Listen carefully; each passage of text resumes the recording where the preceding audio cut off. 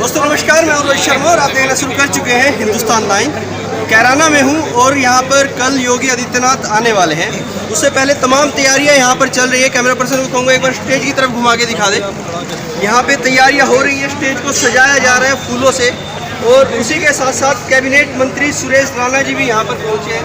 पिछले 3-4 दिन से तैयारियों का जायजा आप ले रहे हैं, मैं देख रहा हूँ लगातार सोशल मीडिया के माध्यम से। इधर से मैं आता हूँ, आप निकल जाते हैं हालांकि, या फिर मिलते हैं तो फिर आपकी मीटिंग्स होती है। ऐसा क्या होने वाला है रैली में कि पिछले एक हफ्ते से लगातार तैयारियां चल रही हैं? देश के यशस्वी प्रधानमंत्री आदरणीय श्री नरेंद्र मोदी जी की प्रेरणा से उत्तर प्रदेश के यशस्वी मुख्यमंत्री योगी आदित्यनाथ जी ने जो बीड़ा उठाया है, और मैं कह सकता हूँ कि 4.5 साल में जो उन्होंने अद्भुत काम किया है, उसमें एक बड़ा मुद्दा कानून व्यवस्था का है। और आज आदरणीय योगी जी के कारण उत्तर प्रदेश की जो कानून व्यवस्था है वो देश के लिए रोल मॉडल है। कैराना हम खड़े हैं और यही आदरणीय योगी जी कल आने वाले हैं। और आपने देखा होगा कि इस समय जब रात के लगभग 7:30-8 बजे है, इस समय भी लोगों में किस प्रकार का उत्साह है। कोई मैदान देख रहा है, तैयारी कर रहे हैं कि कल योगी जी आने वाले हैं। दिल से लोग अभिनंदन कर रहे हैं, राजनीतिक आधार से ऊपर उठ करके। और उसका सबसे बड़ा कारण ये है कि कैराना नाम आता था, लोग सहम जाते। कैराना की चर्चा होती थी, लोगों को डर लगने लगता था।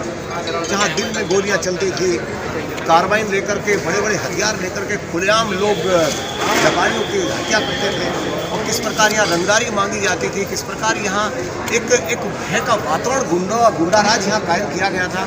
उस सारे गुंडाराज को समाप्त करते हुए आदरणीय योगी जी ने कानून का राज उत्तर प्रदेश में जो स्थापित किया है, उसमें कैराना में भी एक मिसाल कायम हुई।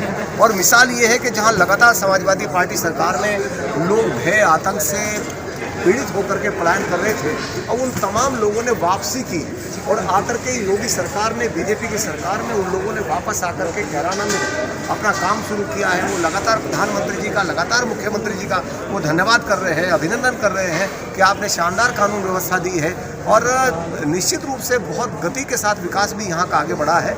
और इसीलिए हर व्यक्ति पलक पावड़े बिछा करके योगी जी का अभिनंदन करने के लिए तैयार है।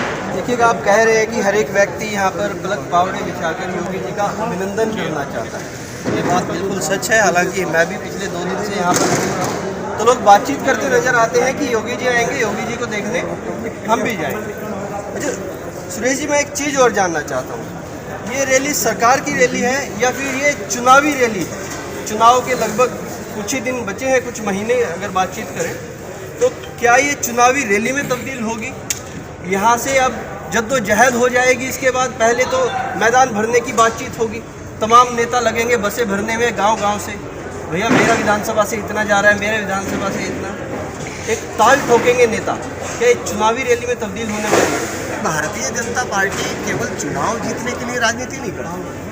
और भारतीय जनता पार्टी का प्रत्येक कार्यकर्ता, मैं विधायक हो जाऊं, मैं सांसद हो जाऊं, मैं मंत्री हो जाऊं, इस कल्पना के साथ राजनीति में काम नहीं करती। भारतीय जनता पार्टी राजनीति करती है, देश बनाने की राजनीति करती है। नेशन फर्स्ट, देश पहले है, समाज पहले है। हजारों कार्यकर्ता ऐसे हैं जिन्हें मालूम है कि हो सकता है जीवन भर उन्हें विधानसभा का चुनाव लड़ने का अवसर प्राप्त ना, लेकिन फिर भी वो लगातार पूरा जीवन देते हैं और लगातार मेहनत करते हैं अपने आदर्शों के साथ, अपनी प्रेरणा के साथ। पंडित दीनदयाल उपाध्याय जी का जो सपना है अंत्योदय का, डॉक्टर श्यामा प्रसाद मुखर्जी, अटल बिहारी वाजपेयी जी, नरेंद्र मोदी जी जो हमारे आदर्श के रूप में हैं और करोड़ों लोगों के दिलों पर राज करते हैं, तो उस आदर्श के साथ हम लोग आगे बढ़ते हैं। बहुत सारे कार्यकर्ता ऐसे पूरा जीवन सुहा कर दिया केवल इसलिए कि भारत माता मुस्कुराए, भारत माता आगे बढ़े। उसी कल्पना के साथ भारतीय जनता पार्टी का कार्यकर्ता काम करता है। जहाँ तक आपने कहा है कि रैली चुनाव की है, पहले ही दिन से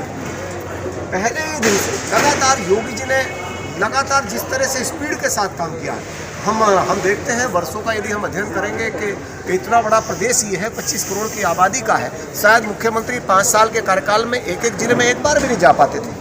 कोई जिला ऐसा नहीं है प्रदेश का जिसमें कम से कम 1 दर्जन से ज़्यादा बार मुख्यमंत्री जी ना आए हों। शामली में भी दर्जनों बार मुख्यमंत्री जी आ चुके हैं। और आसपास आपने देखा होगा किस प्रकार सड़कों का जाल है। यहाँ लगातार 4 लेन बन रहे हैं, पूरा शामली का रिंग रोड बन रहा है, बरसों से मांग थी।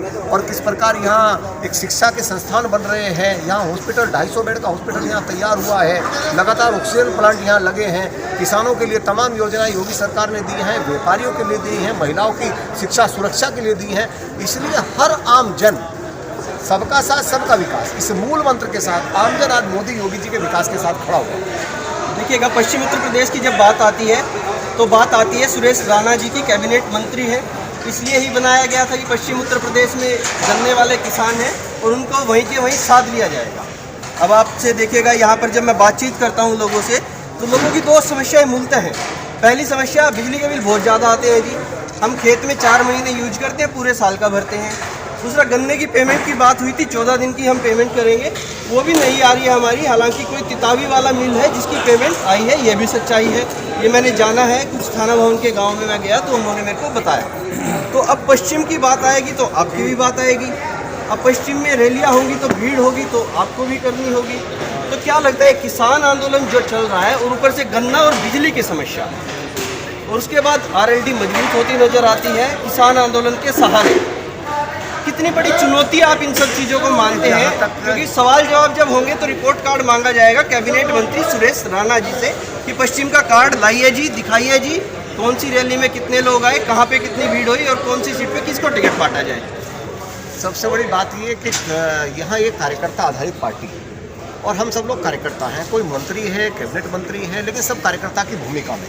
और मैंने पहले भी कहा कि बहुत लोग ऐसे हैं, लाखों करोड़ों लोग भारतीय जनता पार्टी के ऐसे हैं जो जीवन भर उन्हें मालूम है कि ना मुझे एमएलए बनना है, ना मुझे एमपी बनना है, उसके बावजूद भी पूरा जीवन उन्होंने देश के लिए सुहा किया है। ये कार्यकर्ता आधारित पार्टी है। हमारे यहाँ परिवारवाद नहीं है, हमारे यहाँ परिवार भाव है। और यदि परिवार भाव न होता तो सामान्य परिवार में पैदा हुआ सुरेश राणा जी एक सामान्य किसान का बेटा, हो सकता है मेरा नंबर न लगता, किसी और दल में होता तो हो सकता है टिकट के मैनेजमेंट में ही मेरा पूरा जीवन चला जाता। लेकिन एक सरल परिवार में पैदा होकर के यदि मुझे सामान्य परिवार में पैदा होकर के यदि उत्तर प्रदेश की कैबिनेट में बैठने का अवसर मिला है तो मेरे नेताओं का अभिनंदन है, मेरी पार्टी की विचारधारा का अभिनंदन है, मेरे क्षेत्र के लोगों का अभिनंदन है। जहाँ तक आपने कहा तो किसानों के लिए जो काम इस सरकार ने किया है वो अभूतपूर्व काम है। किसान आंदोलन की आपने बात की तो किसान आंदोलन पर भी आपने देखा होगा कि जिस तरह से किसान आंदोलन के विषय में यदि हम इसका पूरा आकलन करेंगे तो आदरणीय योगी जी ने जिस तरह से और आदरणीय मोदी जी ने जिस तरह से किसानों के हित में फैसले किए हैं। यदि मैं मोदी जी की बात करूँ, कृषि विधेयक लेकर के आए और मैंने आप ही के द्वारा कई सारे सोशल मीडिया पर देखा कि किस तरह किसान क्या बोलते हैं कृषि विधेयक के लिए। किसान कहता है कि मोदी जी के फैसले लगातार किसान के हित में, और मोदी जी कहते हैं यदि फिर भी किसी किसान को लगता है कि किसी फैसले में कोई संशोधन की आवश्यकता है, कोई सुझाव बेहतर किसान के पास है तो दीजिए, भारतीय जनता पार्टी के दरवाजे खुले हैं। कृषि मंत्री 12 बार बात करते हैं, गृह मंत्री बात करते हैं, लगातार हम संवाद स्थापित करते हैं। और देश के 18,000 गाँव में बिजली कौन लेकर के आए? आदरणीय नरेंद्र मोदी जी लेकर के आए। नीम कोटेड यूरिया को किसने किया? आदरणीय मोदी जी ने किया। बंद खाद के कारखाने किसने चलाए? आदरणीय मोदी जी ने चलाए। 2013 में 12,500 रुपये MSP था गेहूं का, 2000 से ऊपर पहुंचाने का काम किसने किया? आदरणीय नरेंद्र मोदी जी ने किया। चीनी की इंपोर्ट ड्यूटी 100% काम करने का किसने किया? आदरणीय नरेंद्र मोदी जी ने किया। कृषि विधेयक भी किसानों के हित में वो लेकर के आए और शुरू में जिस प्रकार किसानों ने स्वागत किया था, लेकिन कुछ लोगों ने भोले भाले किसानों के कंधे पर बंदूक रख करके चलाने का प्रयास किया है। अब राहुल गांधी जी ने स्वयं कहा था कि APMC एक्ट में संशोधन का हम समर्थन करते हैं और हमारी यदि सरकार आएगी तो हम APMC एक्ट में संशोधन करेंगे। लेकिन राहुल गांधी के एजेंडे में, कांग्रेस के एजेंडे में किसान नहीं है और भारतीय जनता पार्टी के एजेंडे में किसान है।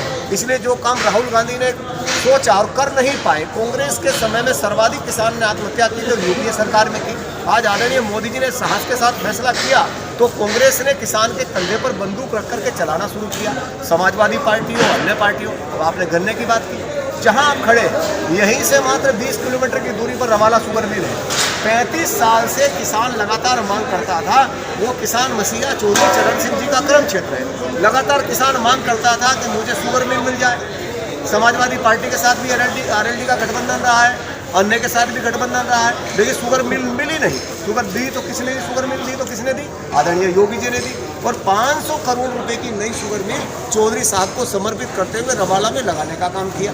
5 साल में समाजवादी पार्टी सरकार 95,000 करोड़ रुपए का गन्ना किसानों का भुगतान करती है और योगी सरकार 4 साल में, 4.5 साल में 1,45,000 करोड़ रुपए का गन्ना किसानों का भुगतान करती है। कौन है किसान विरोधी? कौन है किसानों का हित? जो शुगर मिलें बंद कर रहे थे वो आज हमसे सवाल पूछते हैं। 21 चीनी मिलें कोड़ियों के दाम बसपा ने बेची, 19 चीनी मिलें बंद की। अखिलेश जी ने 11 चीनी मिलें बंद की। हमने एक चीनी मिल बंद नहीं होने दी, 4 नई चीनी मिल लगाई, 20 चीनी मिलों की क्षमता वृद्धि की, वो हमसे हिसाब मांगते हैं। वो इसलिए हिसाब मांगते हैं क्योंकि उनके पास अपना हिसाब देने के लिए नहीं है। और हिसाब देने के नाम पर उनके पास क्या है वो मैं बता रहा हूँ। हिसाब देने के नाम पर उनके पास था पलायन, हिसाब देने के पास उनके पास था बहनों के साथ छेड़खानी। लड़कियां बोर्ड लेकर के जाती थी कि स्कूल जाते हैं तो डर लगता है, बहनों ने स्कूल जाना छोड़ दिया था। कोई ना कोई चौराहे पर कोई ना कोई गुंडा सीटीबाज मवाली खड़ा था, इसलिए लड़कियों ने कहा हम स्कूल नहीं जाएंगे। मुजफ्फरनगर का दंगा, 300 दंगे हुए, 300 दंगे 5 साल के अंदर हुए अखिलेश सरकार में।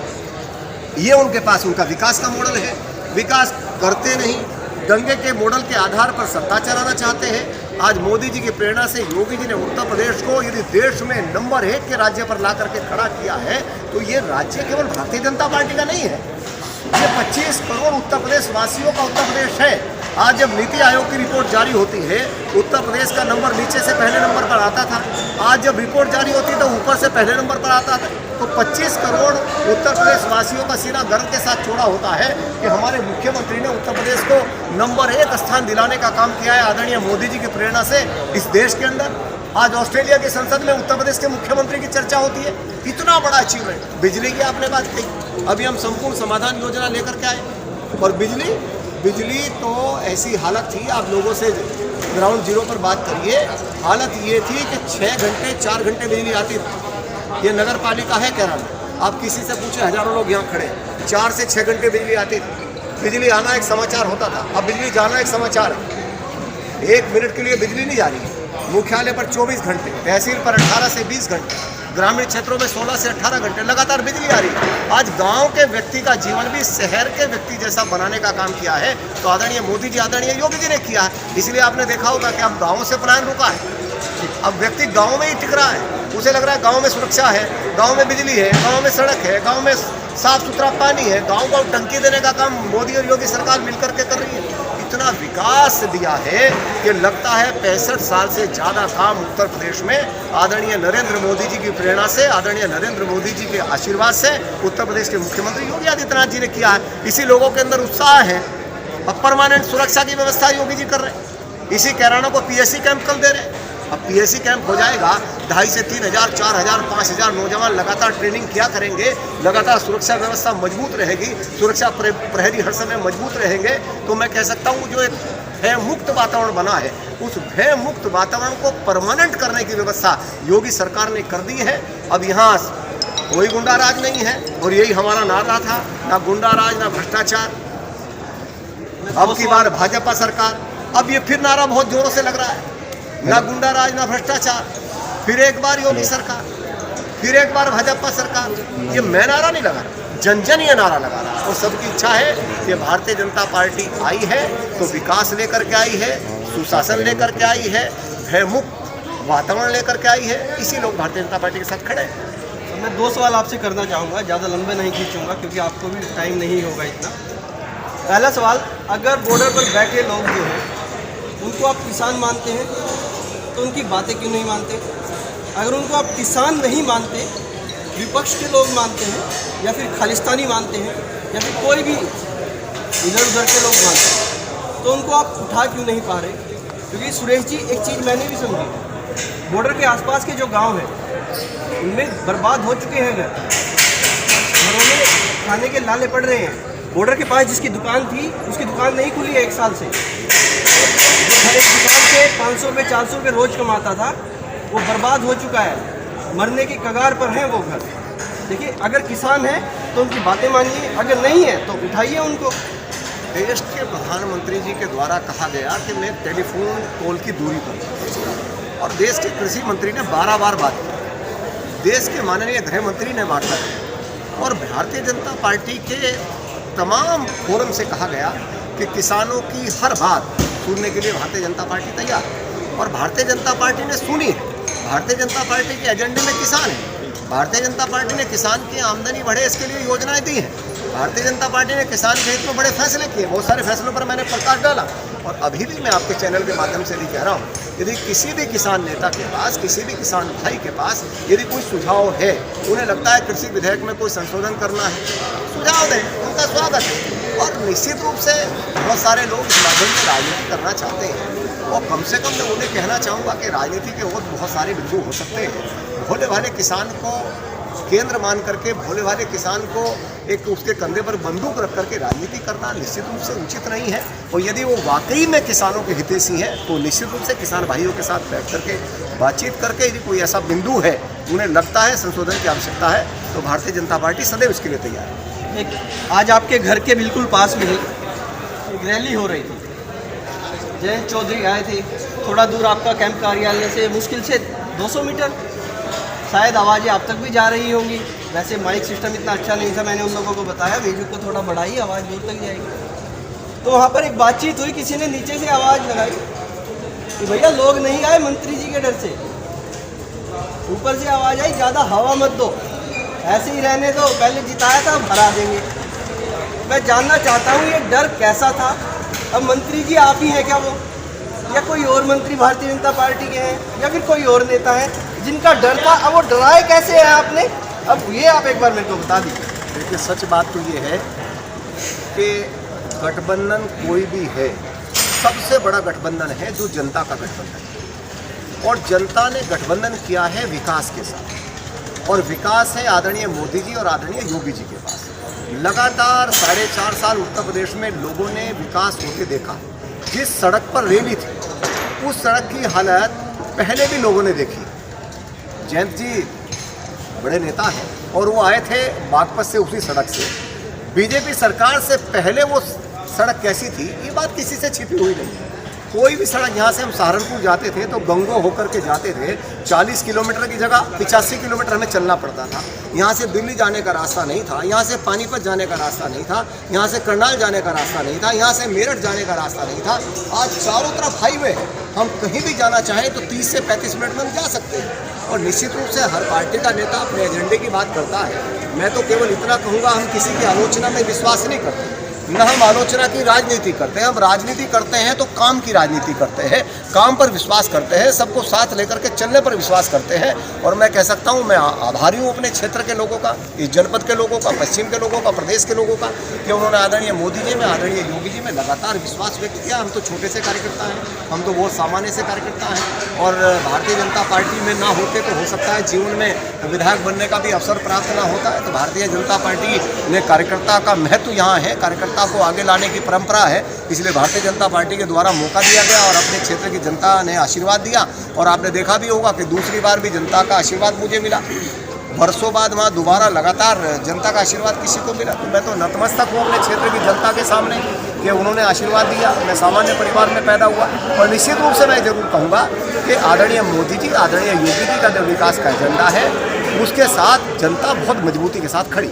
कल का प्रोग्राम किस समय का एक बार ये बता दीजिएगा, लोग जानना चाहते हैं, लोगों को कन्फर्म नहीं। कल 10 बजे आदरणीय योगी जी का कार्यक्रम है, और मैं कह सकता हूँ बड़ा उत्साह लोगों में है।